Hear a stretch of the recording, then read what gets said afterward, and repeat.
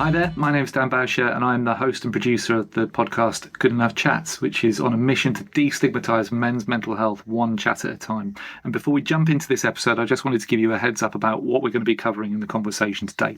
So, in this episode, I'm joined by Ben Rogers, a guy who is a professional communicator by trade, who spends his working days helping people to communicate more effectively and build their presence. And he is going to talk today about something which, by his own admission, is going to surprise a lot of people that he already knows that will hear this episode or hopefully hear this episode. And that is the lasting legacy of bullying, of body shaming, and of words that cut deep. He is in his mid-30s now, and he's still dealing with and making choices about how he lives his life that are influenced by things that happened many, many years ago, but still can influence him today. So I commend him for his openness and his honesty in this conversation. It's a really thoughtful, rewarding discussion, and I think that people are going to get a hell of a lot out of this by listening up. So if you do listen to this and you find it valuable, please do one of the following things. Share the episode on your socials so that we can help to get this in front of a wider audience. Share a link to this specific episode to people that you believe need to hear it, that might benefit from seeing it or listening to it, because this stuff is very much going to hit people on a one-to-one basis. Like, share and subscribe wherever you find it, whether it's YouTube, Spotify, Apple Podcast, Amazon Music, Pocket Cast, wherever you find it. Subscribe to the show. And if, above all else, you're able to give us a review, especially if you're on the podcasting platforms, because those reviews can really make a difference in how the show is distributed and getting it in front of more people that need to see this stuff, that it can make a difference to. That's it for now. I hope you enjoy the episode. Without further ado, let's get on with it.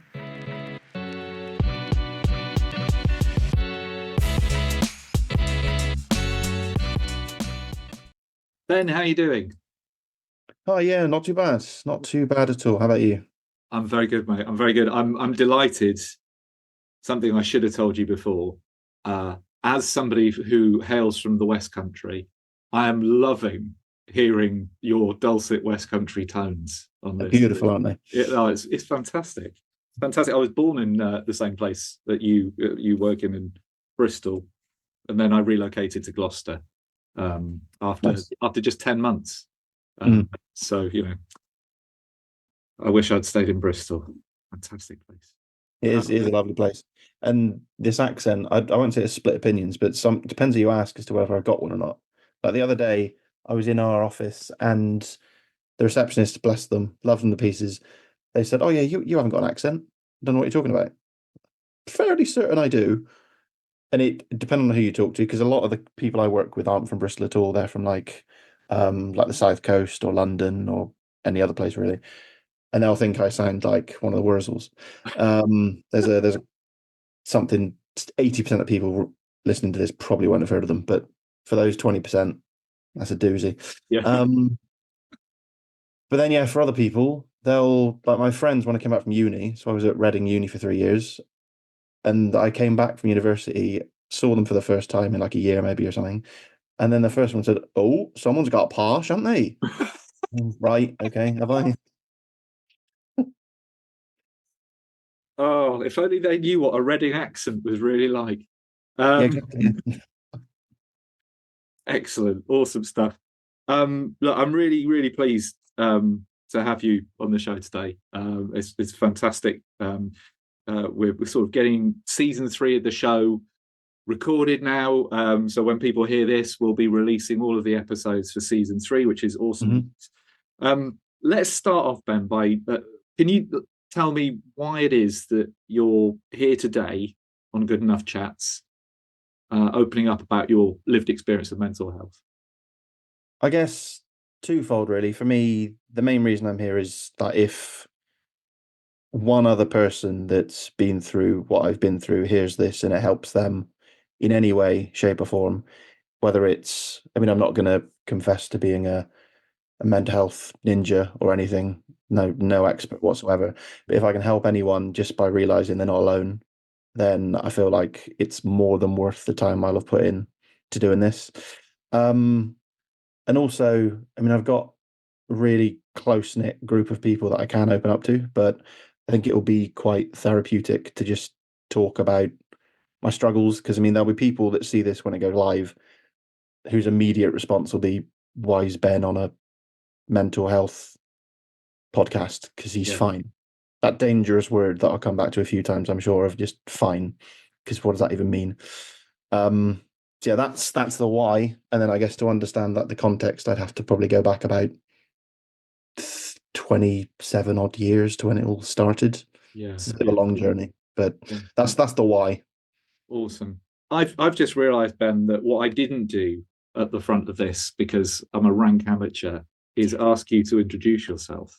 Oh, yeah. So obviously I've made some assumptions there for other people that they will understand immediately who you are. So um, Ben Rogers Yes, from Bristol. bingo. And what do you do for a living? What's your kind of line of work? So I'm an account director in a PR and comms firm in Bristol, central Bristol, called Antidote Communications. I've been there for, funny enough, as I speak to you, it is my 3-year anniversary of being there today. Congratulations. I'm waiting on the cake. But yeah, other than that, I've been in PR and B2B tech PR, more particularly since, when did I start? Like early 2013. So Yeah, this is like year 12. And yeah, prior to that, I qualified as a journalist, but that just didn't hit me right. So I moved into PR. yeah, yeah. Your background similar to mine. That's my first gig was B2B tech PR agency. Uh, Hmm. obviously, quite a lot further back in time than you, but we won't dwell on that. We won't dwell on that. Um, how's your last week been? Yeah, actually, my last week was really good. It was my birthday last week. So Happy birthday. I hit the big 3-5. Um, I don't mind telling people my age. I'm not one of those people. So yeah, 35 years young. So yeah, I always take the full week off. So I was largely flitting around, seeing family, friends, going out for meals, all the usual stuff, and just decompressing, recharging the batteries. Yeah, no, really nice. Nice. And what was your favorite present? Or did you not get any present because you're that old now that we don't get presents? Or No, I got presents, but it was more than any year. It's probably the year where I go, yeah, I'm an adult now, aren't I? yeah, Like we're looking to hopefully, knock on wood, buy our first house, like get on the ladder. So it was things like suitcase and new plates, and getting socks and not going, oh, socks, but more like, oh, good, I haven't got to buy socks. That's good. That's useful. Like there's that step change, and I've got there now. Um, books, food, yeah, the usuals, but yeah, all really useful stuff. yeah. Did you get any bamboo socks? I don't think I did. No. Have you not experienced the bamboo sock? Oh, Ben, give it time. It will come to you. Bamboo socks, incredibly soft. Oh yeah. Yeah, it's like a hug for your feet. Really, it's really special. And that's I'm giving you a preview here. Go 10 years down the line, you'll be looking forward not just to socks, but to bamboo socks. Nice. At the So minute, yeah, I'm just like, if you find a sock that fits my abnormally large feet, then I'll wear them. sock it to him. Right. Okay. Awful puns. Apologies.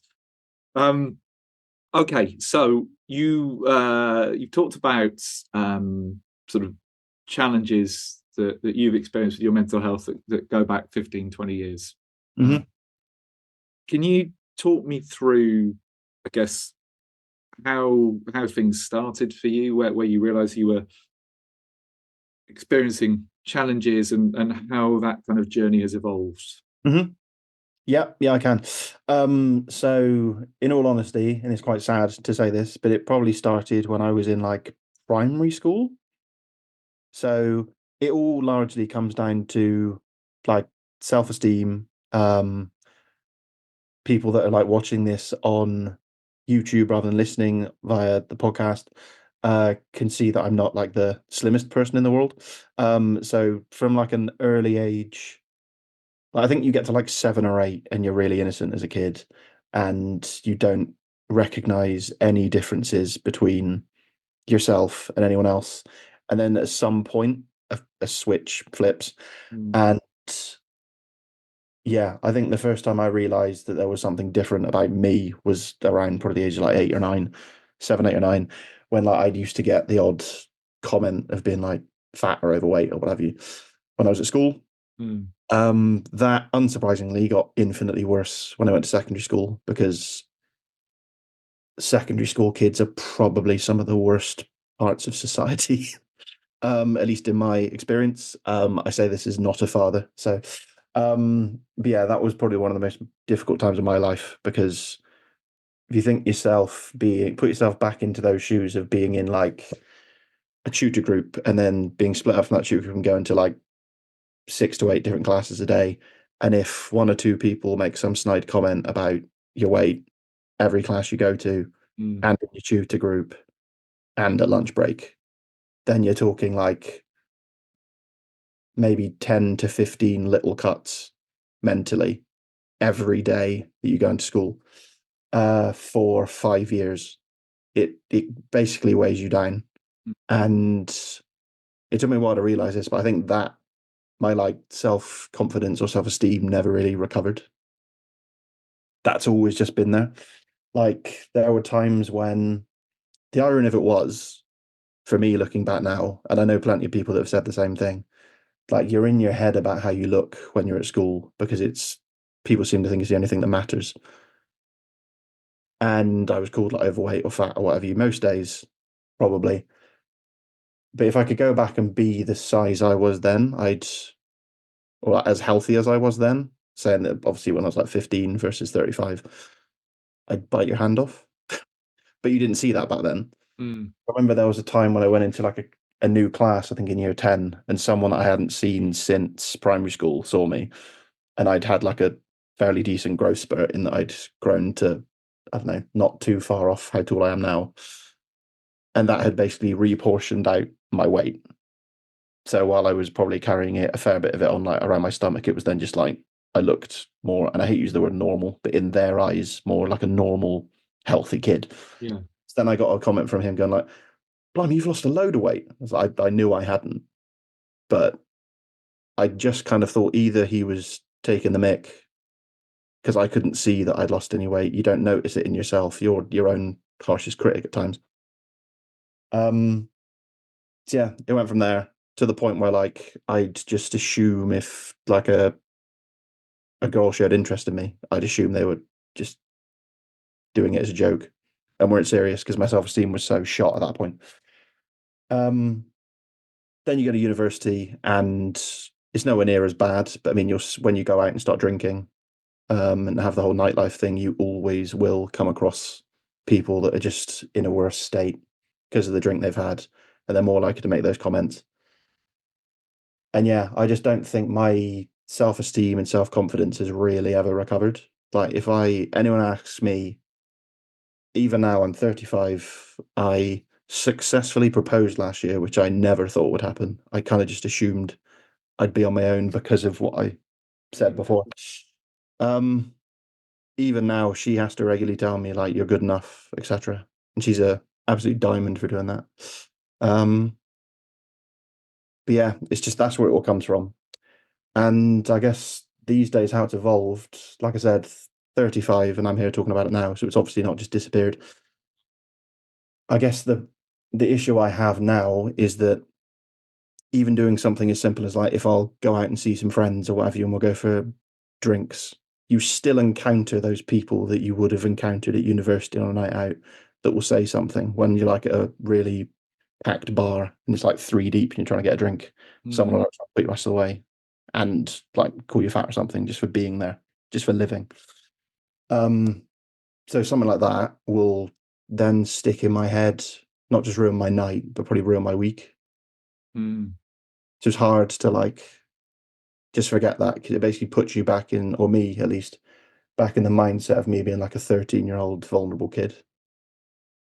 So yeah, it's not the nicest place to be. But No.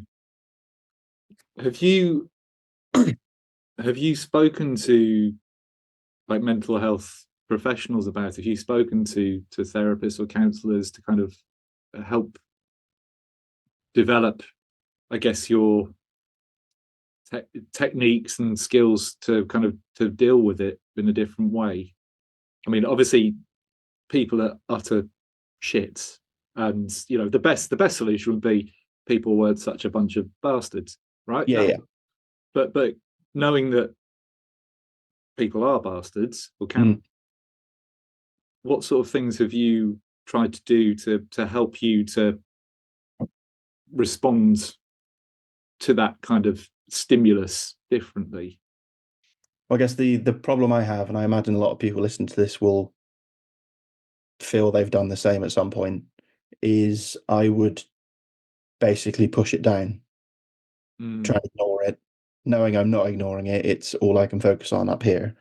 But yeah, I've never really reached out to any like professionals. I've made some changes to the kind of people or situations I put myself in, is the easiest way of saying it. mm, Um, like I now have a lot more close female friends than I do male friends, just because I feel like, I mean, in my experience anyway, if I go out on a night out with a bunch of lads, not only am I more likely to meet some of those people that I mentioned at the bar, but some men, even your closest friends, when they've had a few drinks, will take the whole, oh, it's banter thing too far. And then even some people that you've known for like 5, 10, 15 years might be the people that are the problem at times. So whereas I find I can be much more open with my female friends, and I think it's been a blessing that I work in PR because I've made yeah, some really close friends.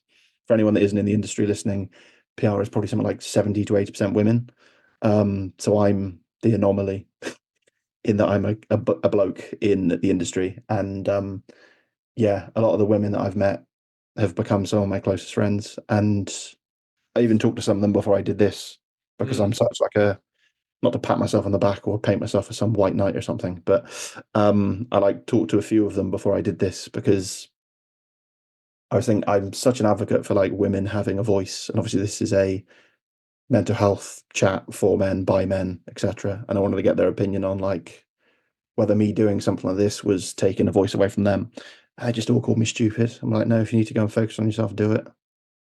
Like they were like, you spent so much time focusing on them, like all the female friends, and making sure they have a voice. That's probably not looking after myself almost. yeah. Yeah, it's really interesting that you're kind of you would think about it like that. Wouldn't have even occurred to me that doing that would have potentially felt like taking the voice away from your female friends. Yeah, and I don't want to take away from this chat at all because I really appreciate, I really believe that this is necessary. Like, I really applaud you for creating this podcast. And I'm not just blowing smoke, I legitimately mean that because for the longest time in my life, male mental health didn't even exist.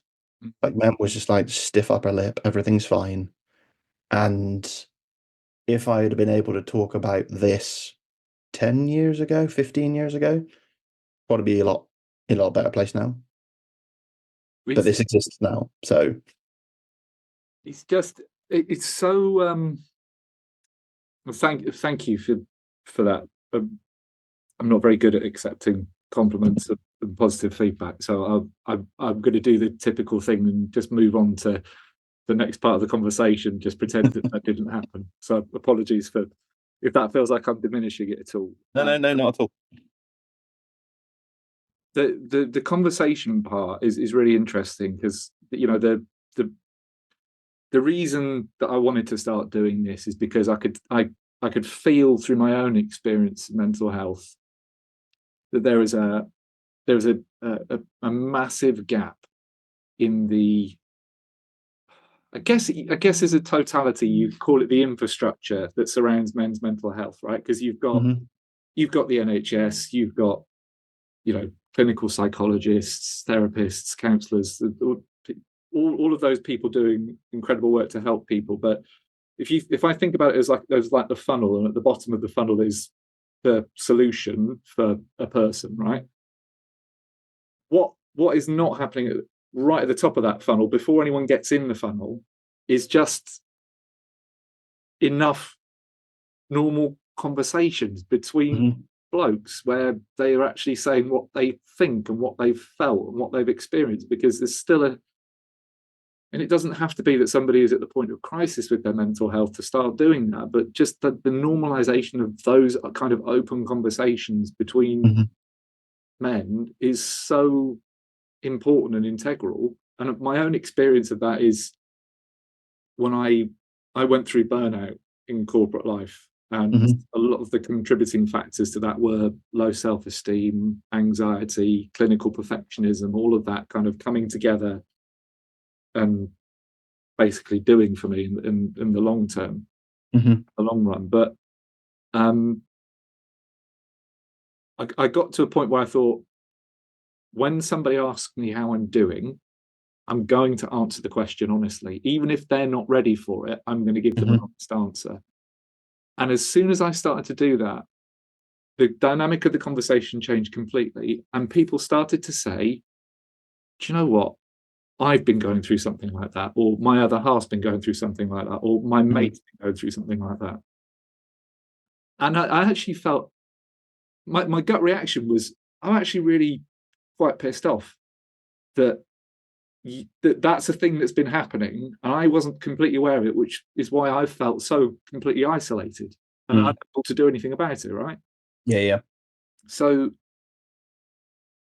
it it it breaks my heart to hear that somebody like you,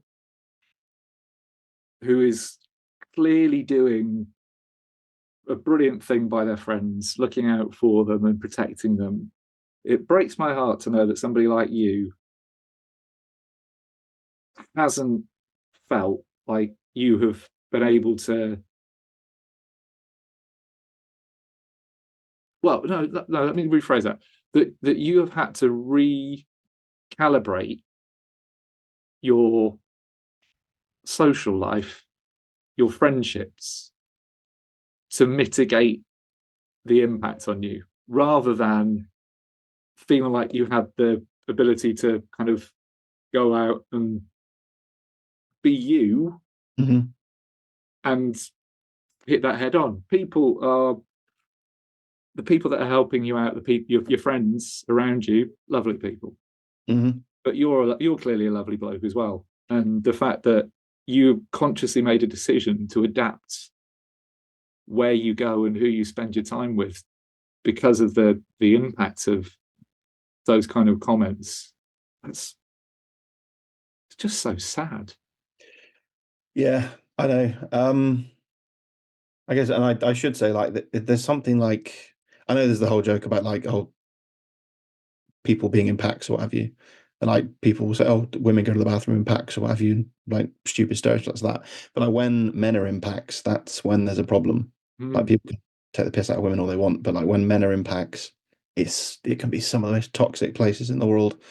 Like I could go and see any of my male friends, I would argue, one on one, absolutely fine. Because if they weren't my kind of people, I wouldn't associate with them. Yeah.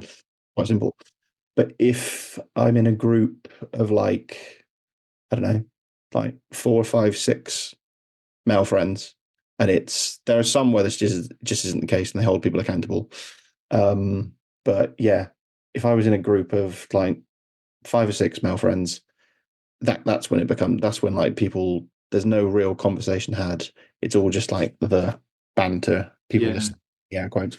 And then it just goes back and forth, and then like some people that haven't got the emotional intelligence to realize what's too far, or they don't really understand what healthy banter is versus toxic banter, and they'll look out for an easy target. And I'm a target. Like fat jokes are fairly easy to come by. Yeah, so I've got fairly thick skin, like I can take a joke with the best people. Like some people hearing this will that are like really close to me will know that I am quite self-deprecating in my humor anyway. Mm. Um, and I don't mind that that's the way I am. That comes from all the things I've been through. Like it's almost like a defense mechanism in the like I'll tell the joke before someone else does. Sometimes that might then open the floodgates, and I wish I hadn't. But most often than not, it just like people realize, okay, right, fine, yeah, it almost preempts it, and then it stops it happening. But yeah, I mean, I probably go out in like all male circles, like groups like that. I definitely go out way less than I used to. Mm. That's the main reason why. And if any of my close male friends listen, I mean, I don't want them to think that I'm trying to cut them out of my life because I'm not. I'm just cutting the pack mentality where it's almost like when we're all together at the same time, I still see myself as a 35-year-old man that's getting married in a few years, going to buy a house, seriously focused on my career. And then it's like being out with 18-year-olds. And it just feels a bit odd because at that point it feels like I'm old enough to be their dad Mm. when some of them are a bit older than me or some of them are like same age as me. So yeah, it's all very odd, I think. And I've got some really close male friends that like I was at uni with, who like my mate Johnny, I could call him and talk about anything with him. And I know there wouldn't be a problem. Like he's much like me, basically. He'll listen, we'll talk, then it'll be fine. Um, yeah, so I mean I have those like male support groups, but well they're not groups, they're like solo entities across my life from people I've met either through work, Mm. university, um, or like even people from back at school that I've stayed in touch with. Yeah, it's not easy, but it's working, I guess. Yeah. Maybe not sustainably, but What is? I guess that's the question, isn't it? I mean, how at the end of the day, it's how you are feeling mhm. about it. Like, do you feel like you're do you feel like you're missing out because you could because that's a decision that you've made about how to um I guess organize your friendships and your social stuff. Do you feel like you're missing out or do you feel contented? I don't know. I can't honestly sit here and say that I've ever felt like I've missed anything that I don't know if it's me being like a bit cynical because of everything I've been through, where I'm in the group chats with them and I'll see like discussions after night out and there'll be like stories that obviously I'm not part of. Um, but then I question like if I was there in that situation in these places that I probably wouldn't go, would I have experienced something that I wouldn't have wanted to? Mm, Probably. And I say this, and I want to make this clear. Like, I'm not saying this is all just the people that I call my friends. Like, mm, a lot of the time, the issue is I'll go out with them, and they're absolutely fine. Like, if they were the problem, they wouldn't be my friends. I'll yeah, make that clear. But because like some 30 something groups of men still fancy going out clubbing and what have you, and like heavy drinking, like binge drinking, and then you put yourselves in the situations where you're going to meet those people that are going to try and make me feel this big, and I just don't want to be in those situations. So I think we've got to the point now where there'll be almost like a performative ask of like, "Oh, do you fancy coming to this or what have you?" Knowing that it's not really my scene anymore. And then when I want to go and do something with those people, I'll organise something. Like I'll yeah. get in So touch it's and say, on "Oh, your gee, terms. yeah." It's almost on my terms. Like we go and watch, like I'm a huge rugby fan. Um, like some of my male friends, not so much, but I've kind of got them into it because they've enjoyed coming over to Cardiff with me and watching like some of the club rugby or watching Wales lose again, sadly. Um, and then those things are fine because I don't want to make this like a Welsh thing at all, but like go over the bridge and there seems to be a completely different mentality. Like everyone just loves everybody. It's really weird. It's like you go to the stadium everyone's in a really positive mindset. Go out afterwards, everyone's in the mindset of we're for Wales fans, not us versus them. Like we're attractive people versus we're overweight people, or like they're in my way drinking. Everyone's like really friendly. Mm. I don't know if it's like as a if it's I don't feel like it's a Bristol thing because Bristol's one of the most progressive places in the country. So it staggers me that I have this issue in Bristol. Mm. But like me and my mate John that I mentioned before went up to Liverpool like 10 years ago for a gig, made a weekend of it. And the amount of people that we met that were so staggered by our existence because we were like, I have this accent. He's originally from Wakefield, so he's got a strong like Yorkshire accent. Yeah. And it wasn't like a and he's like quite fitness oriented. He runs a lot. But he's got like big, thick ginger hair, and then I'm a like fairly well tallish, like big guy. So we like stand out. But all they noticed about us being different was our accents.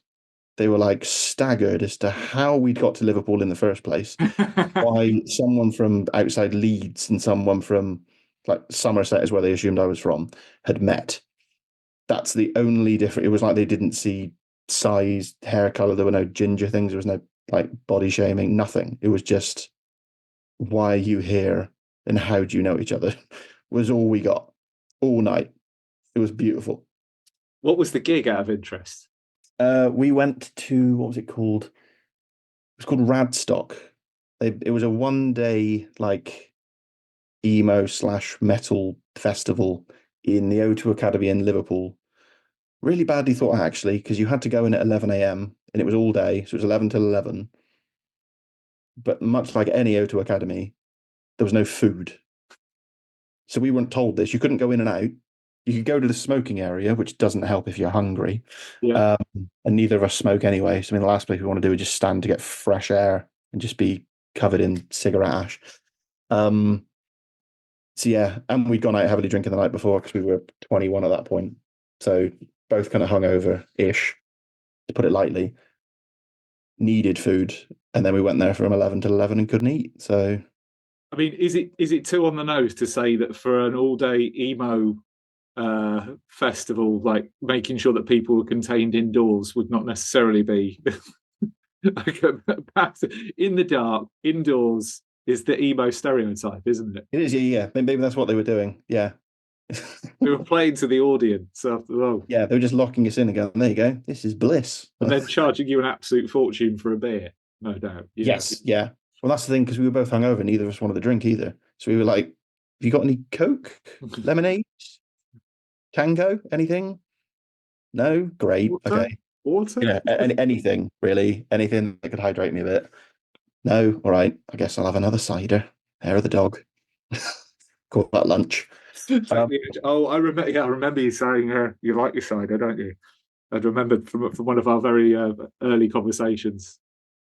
Yes, I've recently moved on to beers as well. It's taken me into my 30s, but I finally got into like Ales. foreign beers, not ales. I've tried ales a few times. Living in Bristol, the beer, I mean, you can get your beer Moretti's, your Madries, etc., which are the ones I like. But quite a few people, whether people I work with or people I know, will be like, oh yeah, we'll go to, and then name some ridiculously named bar that just serves what to me looks like homebrew with bits in it. And then they'll be, what do you fancy? Oh, we'll have a pint of Badger's arse, please. No, thanks. If you've got anything that doesn't sound like roadkill, maybe I'll try that. But so many of them, like, I don't know, priests armpit. I don't know. No, thanks. Well, fun insight for you. You mentioned you like foreign beers. Mhm. Madry. Did you know Madry's never seen Spain? Madry is made in Yorkshire. It's literally a brand that's been developed to capitalize on the Spanish lager trend at the moment. But even the logo on it is the guy's wearing a flat cap. It's a Mm. nod to the fact that it's never been to Spain at all. It's just, I mean, I have said to friends, he looks like a Scot on the yeah. front, No, he's a or that Yorkshireman. there you go, Yorkshireman, or someone that plays golf. But yeah, I'm not surprised. I think half the brands are owned by Heineken now, Yeah, and most of them are like Heineken, brewed. and yeah, Yeah, yeah. I had to look that up the other day. I can't remember the context, but it was quite depressing seeing literally all of the brands for everything. The ones that you thought were competing brands owned by the same company. Yeah, yeah, yeah. I will stop saying foreign beers and say light lagers because Right, that's lager. There you go. There light you go. lagers and ciders that don't have sediment in the bottom are my sweet spot.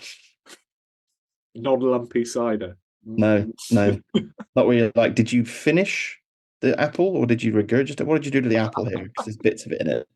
No. That's fibre, that is. Yeah, Um, that's the healthy bit. Yeah. Strain that out. so you you've really sort of been open about your um the impact of the kind of the chipping away, the name Hmm. calling, the like having a target painted on your back, and Hmm. kind of living with that for what space part of 30 years now, right? Yeah, Um, give or take. Yeah. which I can't begin to imagine how much that would influence your thinking, and to the extent that you're probably not even aware of the ways that it necessarily affects your thinking, because it's just become a normalized behavior for you Yeah. now to kind of deal with it. Um, but you've clearly, along the way, you've clearly adapted and had some realizations that have helped you. Hmm. Could you give me like an example or two of what those light bulb moments have been for you, and whether that is something that you've realized that you need to start doing, Hmm. or something that you realize that you need to stop doing? Obviously, that you talked about, like, the way that you've formed your social groups is a biggie there, but have there been other kind of moments along the way that have been really sort of pivotal for you? I guess there was, and it's going to be odd because I'm going to almost paint a picture of the pandemic being a positive, and it 100% wasn't. I mean, my fiance is a nurse and she qualified just before the pandemic, so I know exactly how bad it was. But I guess the most difficult thing for me during that period was because she was a nurse and because we didn't live together at that point. I lived with a close friend of mine and she lived on her own. So we couldn't like create a circle because I was officially already in one. And I know some people flouted the rules or what have you. And I'm not saying this to get political. I think that government was, I won't go there. But it's probably safer. Um, but we couldn't like go, oh, it's fine, we'll go and see each other. So like I went 6 months, give or take, apart from socially distanced walks, 6 months without seeing my now fiance. So I tried to like put myself in the shoes of how can I use this time positively. I was lucky enough to not be furloughed, so I was working and still earning. And I just said, you know what? I'm so sick of this, as in the way my life's been. I'm gonna actually try again. Like I've tried the whole weight loss thing a few times. It's never really stuck. And I saw that as like this is if it's ever going to happen, it's going to be now. So I got one of those not a Peloton, but a stationary bike, and I was cycling that every day. I was going on walks because it's one of the few things I could do. So I was just like walking around Bristol for like an hour and a half, Mm. either before work, after work, or like doing bits and pieces at lunch. And in 6 months, between like April and November that year, I lost like 3.5 stone. Wow. And I was like, I was really proud of myself, obviously. Yeah. And then I think around that time was the first time that we could go back into work. And I got all like the positive, like, oh my God, you look amazing, etc. Like I haven't heard that in ever, probably. Um, so that was all great. Like, and that I think yeah, that was like November, December, I think. Whenever we were allowed to go back anyway, I can't really remember. But what I do remember is Christmas came and went, and then I saw some people. I won't name this person because I mean more harm than it's worth. But they said something after like 2 months after I'd lost all that weight. Christmas had come, and obviously I didn't want to just be like counting calories because that's like the way I'd been losing weight, basically just being in a deficit. Um, they said like it was a throwaway comment, and what this is part of the problem. Like people don't realize the power of their words. They said something like, "Oh, so you're done with the weight loss then?" And I just kicked 6 months just down the line. Basically, I just forgot about it. Um, and it was at that point that I basically thought, "There's no real need to listen to anybody else. Just care about yourself." Mm. So that was a light bulb for me of just think about yourself, put yourself first, and just answer to yourself. Hold yourself accountable. If you're a good enough person, if you're healthy, regardless of what other people think healthy means, um, that's what matters. And that was kind of a light bulb for me because before I cared so much about what other people thought. And yes, there's an oxymoron in there because obviously the reason that I distance myself from certain situations is because I clearly still care about what other people think. Mm. But I think the problem I have now is just that when I hear it, I'm like, are they right? Whereas before, I just knew they were right. So there was a light bulb there of like sometimes I can hear a stupid comment from someone that is like a loved one, and they won't realize what they've done, and I will just almost like try and ignore it in the moment because it's not worth bringing it up and having some big barney over something they didn't realize would be triggering, and then just talk about it with Nat, my fiance, and I know that she's like my rock basically. Have So yeah, you stuff like that. have you ever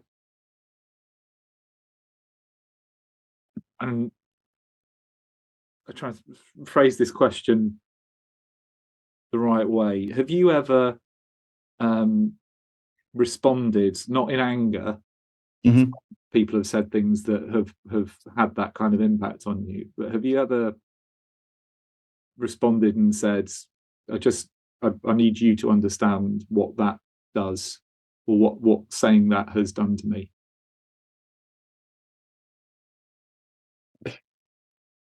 No, I think the closest I've probably come is when I've had a couple of drinks and someone says something, and then I will let them know that I'm angry more than anything. Like if Mm, I've had a couple of drinks, the anger might come out. I'm not a aggressive person at all, and some people will see like it's almost like a quiet seething, mm, almost, and then I will make an excuse and leave the situation rather than have a confrontation because yeah, I've never really seen what good it would do. I guess I've like seen people make the same comments or put me in situations where those comments might happen for years, decades, or what have you. And I've never really felt the need to actually confront, like seriously confront. I guess what I have done now, and that light bulb moment almost helped, is I probably have more of like a wall around me. So like if I meet someone new and I'm like, all right, yeah, they're really nice, what have you. Whereas if I get a comment like that from someone I've known for like 20 years, and I know that deep down they're a good person, they've just taken it too far, they've had too many drinks and they're just being a bit of a dick, then I'm more likely to like forgive and forget and just maybe give them a wide berth for a little bit. If I meet someone new and I think, oh yeah, we seem to get on really well, and then the first time we see each other in like a social setting, they make some snide comment like that, I won't see them again because I just don't want to add to the list of people that might like trigger me. yeah, yeah, it's understandable. It just I, I, I think it's such a shame that it's the onus is on you to have to modify. Yeah, I mean, what I will say is it feels like the past maybe 5 years, and I don't want to say it's because of the pandemic, but I think it played a role. I think people and people on the other side of the political spectrum, I'm going to do it, will call this like the woke brigade and like the people on the left and all that stuff. Like the people on the right will just point at the people on the left and say, oh, well, they're woke now. But the strength of like solidarity of people, like it feels like people are being held accountable for being assholes a lot more now. So like if I get comments on social media, which sometimes happen, even though I basically only show my face on like my Twitter profile or what have you. If people disagree, a lot of the time you'll get someone that just comes back saying, well, you can't even moderate your weight. Why are you going to talk about politics? You can't even talk about like your own health or something like that. The amount of people that will stick up for you now, Mm. that's a massive step change from like 5 years, 10 years prior. when people either would just like look the other way, walk off, ignore it if it wasn't someone they cared about. Like I've had people I've never even spoken to on like Twitter or X, or whatever it's called now, um, chime in and go like, "Why are you bother shaming this man because you disagree with like one of his views? Mm. You're the problem here. Get in the Mm. bin." So that's quite nice. Well, especially, I mean, it's encouraging to hear that that still happens on Twitter. And I'd say that Mm. as an outsider because I gave up on that place a couple of years ago. Yeah, yeah, But it is yeah. I encouraging. think what I would say is on places like Twitter, there's more of the vitriol now than ever before, which you won't be surprised to hear. No. But then there's also more of the people that will stick up for you. Mm. Like through all of the, I mean, I'm not going to try and say I asked for this myself, but I mean, my social feed is fairly politically active. Like, so during all of the Black Lives Matters protests and all of the other issues that have gone on in like Bristol over the past few years with the tearing down of statues and certain bits of graffiti and what have you, and all the vitriol around immigration, etc.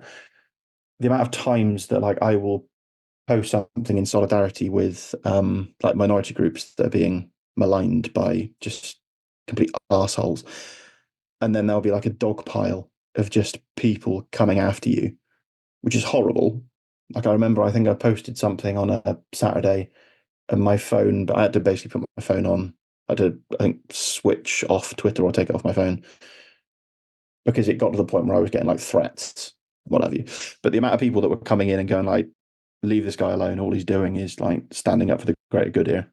Like, what's going on?" Like, there is a mass of people that support good-willed, hard-working people, regardless of what their background is, regardless of what they look like, regardless of whether they know them or not, which is positive, and that is becoming stronger. And I mean, I'm still on Twitter, but I moved over to the Blue Sky, and that's a lot more like my kind of people, I'd say. Mm. Um, but yeah, I can't bring myself to actually leave Twitter. I mean, well done in doing it, because sometimes I just wish I did. But yeah, there's an awful lot on there that's terrifying, but then also it kind of highlights some of the best in society that are willing to just put their neck out and go, "This guy's actually right. Like, leave him alone, and I will fight his corner despite having not even known his name 10 minutes ago." To be fair, it sounds a lot like you are one of those people. You know, people are doing it for you, but it sounds like you would do it for them as well when you see it. Yeah, and I think that's why my I think that might be why. I don't know if I was just like a silent bystander and then some of this stuff has happened to me, whether the same people would stick up for me, I have no idea. I'd like to think they would. But yeah, I've never really thought about it like that. It's the typical self-deprecation thing again. I don't really feel like I'm special in really any way, shape, or form, um, or deserving of like a crowd or what have you of people that would stick up for me. Very grateful, don't get me wrong, but yeah, sometimes I wonder why, but I'll take it, and I'm glad I've got like a community on there of people that actually care, which is useful. Yeah. Because yeah, sometimes I will literally like if I've had a bad experience, I can now turn to. I mean, I'm not going to paint myself an influencer at all, but I mean, I've got a strong enough following on Twitter of people that are like fairly like-minded, either politically or they love my niche. So, like for my sins, I'm a big professional wrestling fan. So my Twitter feed is either like politics, rugby, or professional wrestling. And then if you fit into two or three of those things, then you're probably one of my best friends on Twitter, and we talk about all sorts of stuff. And knowing that those guys are there, I've often ended up having chats after I've had a bad experience on a night out at like 2 in the morning with someone that I've never met in person. Mm. But I've moved from just following them on Twitter to having them on like my Instagram and seeing like their personal growth themselves and what they're getting up to in their life. And suddenly finding myself celebrating like someone having their first baby, having never met them, but like having struck up such a strong friendship online that it now feels like I'm almost part of the celebration of them having a kid. Yeah. So I guess while I've talked about not quite cutting friends out of my life, but like seeing certain people or being in certain situations less. I've almost like filled some of that gap. One with the strong female friendship groups that I've talked about, but also with just a load of people online that I can see through their actions and their everyday posts that they're good, honest people as well. You ever tempted to go and meet some of them IRL? Every now and then, like there's been talk about maybe doing like meetups at a wrestling show or something, like because the big wrestling companies now often come over to the UK. So I've been talks about going over to like London or something and seeing a show. Um, I don't know if it's because of the way the things I've already talked about, but I almost either one don't want to be disappointed, meet them and find out, oh, actually, if they have a couple of drinks, they're just as bad as everybody else. Um, or because it would involve going into a stadium with like 80,000 people at Wembley and may well meet some people like that. Who knows? I don't know. I'm sure it will happen at some point because I mean, I'm a massive gig goer. Like I went to two stadium shows last year. So I mean, I'm not shy of going out to massive places and putting myself out there. So yeah, I probably will meet some of them at some point.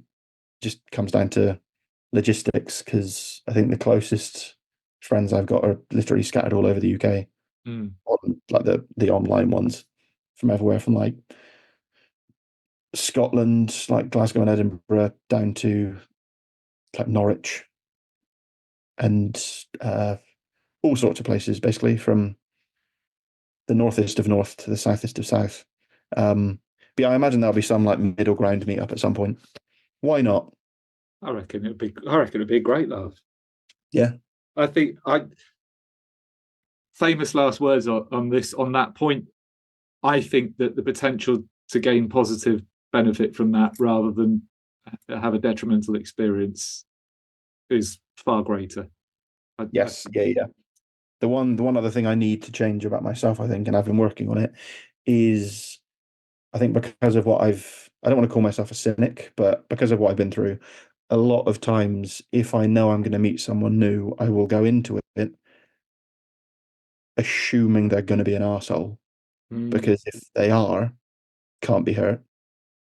It's the barrier I talked about before. yeah, I assume someone's going to be an absolute dick, and then they turn out to be a dick, then right, well, I assume they would be. It's fine. If I then find out that they're one of the nicest people I've ever met, great. I've been positively surprised.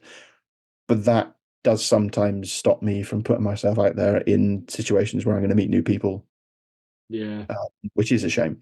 Um, and I know we've spoken before about, I mean, my job is in PR and comms. So, I mean, I need to go out and do like networking events. yeah, And quietly, I'll be beforehand going like, oh God, this is so. Sometimes it's so far outside of my comfort zone. It like hurts.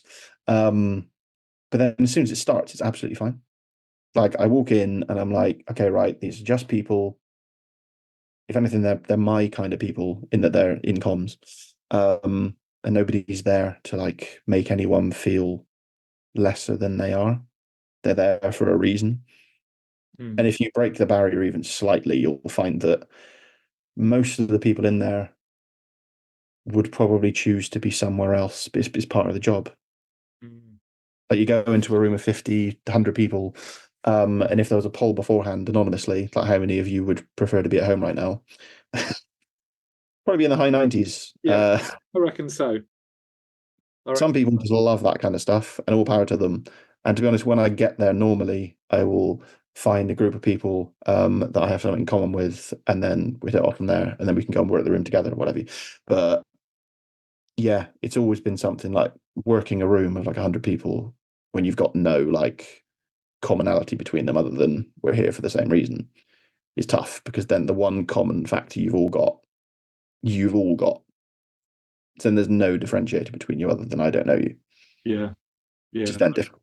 And we were sort of pulling the curtain back on the show slightly just before we started recording. Um, Ben and I were talking about something very similar. I had to force myself to go to an event yesterday.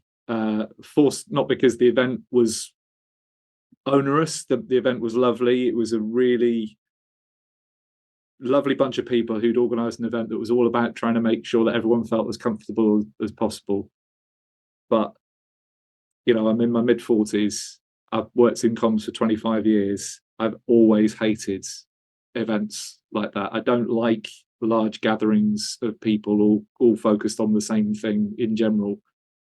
And I had to go yesterday to try and push myself to do it, and it was horrendous. I ended up just sitting on the side. At the best point, I was sat on the side, hoping that time would just move on really quickly because I was sat down, then we could get back into listening to what were really interesting talks from people. But the networking bit was, yeah, don't love that. No, Don't. I have seen some where you'll get the people that are really confident, and whether that's true confidence or they've had a couple of beers before they've got there, like the Dutch courage. But then if you see past those people, it's almost then like a primary school disco where the girls are sat on one side and the boys are on the other.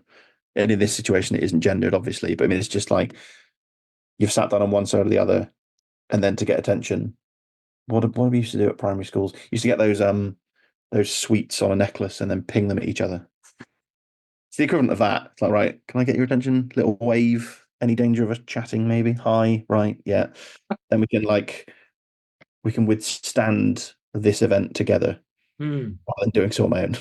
That's what you need. You just need a wingman. You just need a Yeah, wingman. yeah. Somebody else just that you can go, I hate this. Do you hate this? Yeah, I hate this. Okay, well, let's both hate it together then, because that'll, two negatives make a positive, don't they?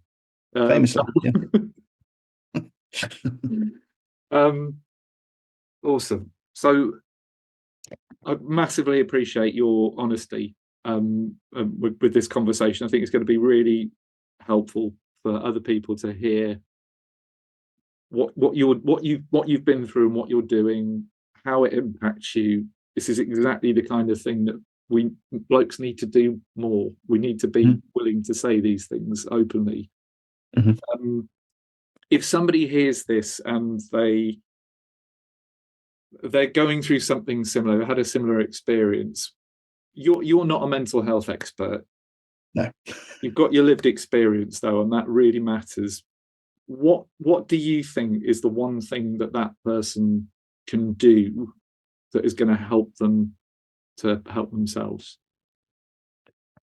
I mean, for me, I know you've said one, but it's twofold, really. The first is just knowing that you're not alone. Like, it might feel like you're on a one man mountain or island or whatever you, and it's just you and your mind, and you and your mind can be some of the darkest places that you can possibly be. Yeah. Just get out of it, get out of your mind, because you're not alone.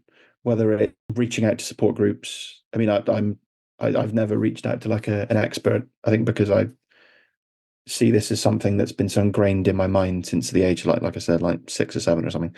That I'm arguably never going to change the way I look at myself, but all I can do is focus on just bettering myself. And like I've started the whole weight loss journey again, and it's working. So that's the important thing for me.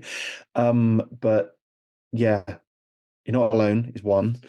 And then I guess the other key point really is the thing that helped me is just take a good hard look at what is it that's triggering you?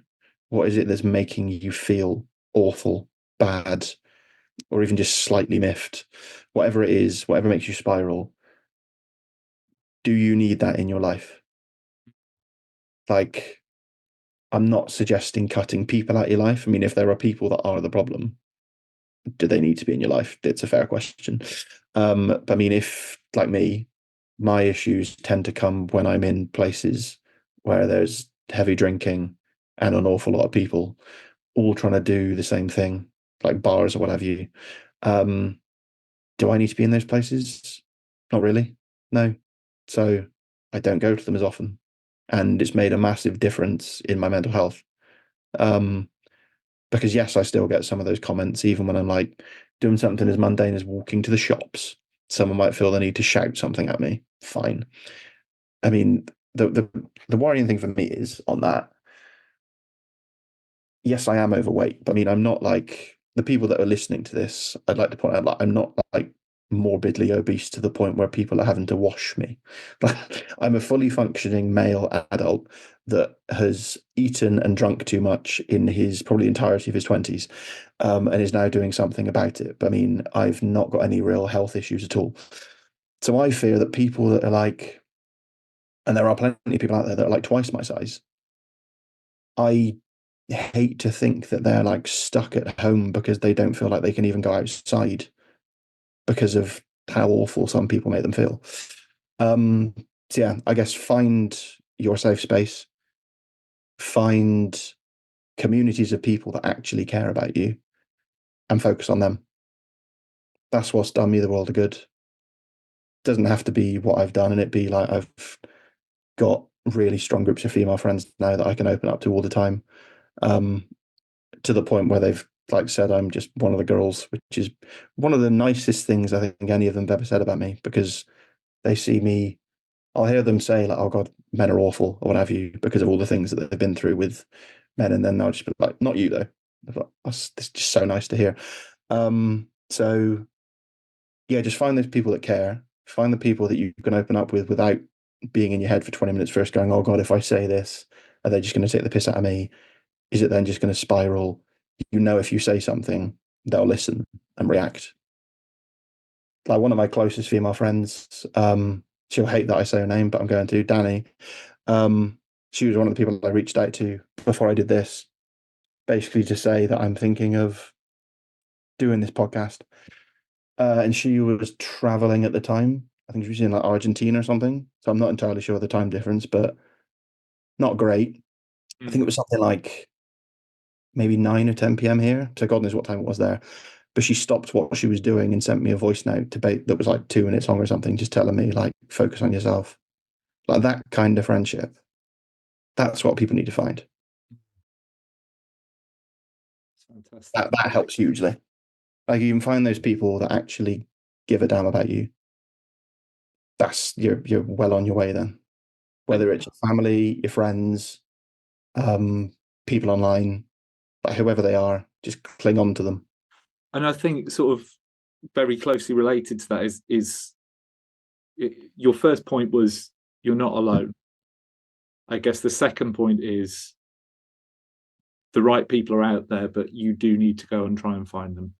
Yes, yeah, yeah, for And, sure. there's the online world, there's the in-person world. Both are completely legitimate because at Hmm. the end of the day, it's about finding people that have got um, similar values to you, similar interests to you, Hmm. and we talked about the toxicity of Twitter earlier on, but you also quite rightly, and actually you're probably the only person that I've spoken to in a very considerable period of time that has actually argued the toss for the positive contribution that people are making on that platform still as well, which is really encouraging. Yeah. I thought that everyone had buggered off to Blue Sky that was going to make a positive contribution, but it's really good to hear that you're still seeing that play out. Hmm. Yeah, and I guess my other reason for staying is I do feel like, yes, I mean I am on Blue Sky now, and I'm probably just as active there as I am on Twitter still. But if all of us that want to have a positive impact on the world all leave, then Twitter then just becomes not only one of the top five like tech companies in the world, but then it's just an echo chamber for the worst people in society.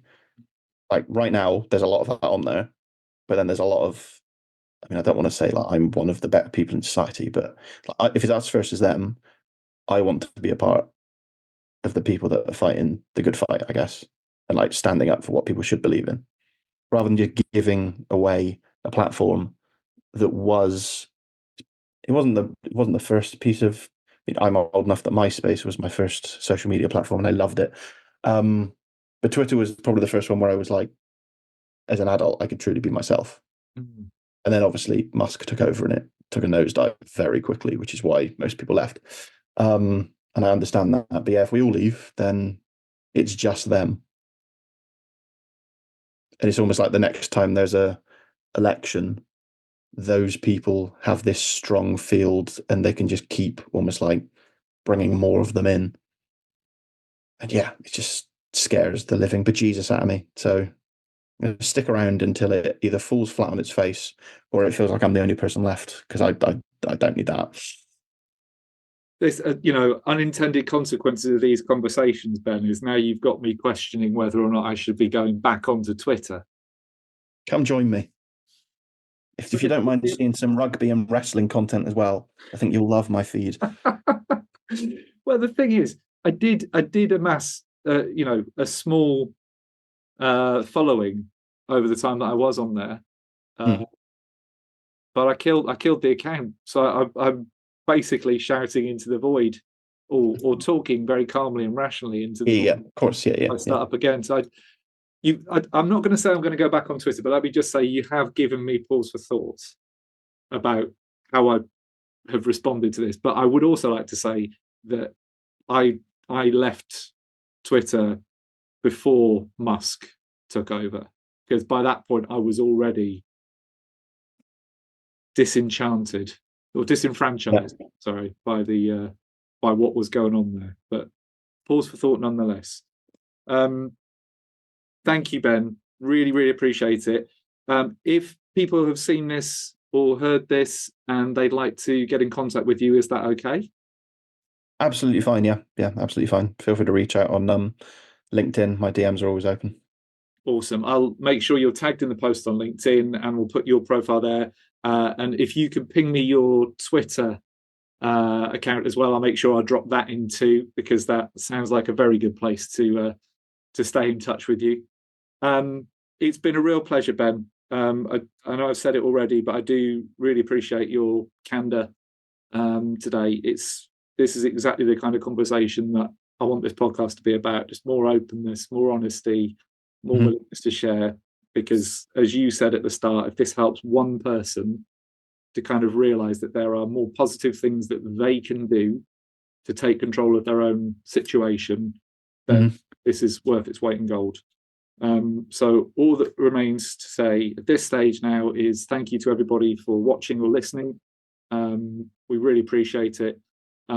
Please subscribe to the show or follow the show if you see it on Spotify, Apple Podcasts, YouTube, wherever you find it. Please subscribe, follow, tell people that you know who might need to see this stuff, might need to see these kind of conversations, because it's only through passing it on to one person at a time that we're going to help to kind of build this community of people who have come forward to share their voices. And if you have heard this and you would like to come forward and take part in a future episode, my DMs are always open, and I would absolutely love to hear from you, because each person that comes on helps us to get another person, to keep this thing going. But thank you very much, Ben. Thank you very much to everyone for listening. And we'll be back again soon with another episode of Good Enough Chats.